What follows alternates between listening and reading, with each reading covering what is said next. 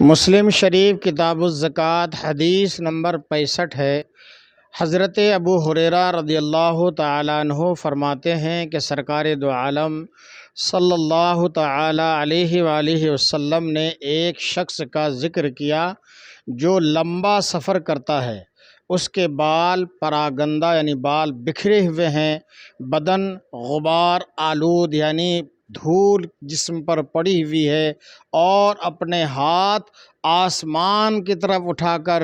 یا رب یا رب پکار رہا ہے، حالانکہ اس کا کھانا حرام، اس کا پینا حرام، لباس حرام اور غذا حرام ہو، پھر اس کی دعا کیسے قبول ہوگی؟ اللہ اپنے حفظ و امان میں رکھے اور ہمیں حلال غذا کھانے اور اپنی اولاد کو کھلانے کی توفیق عطا فرمائے، آمین ثم آمین۔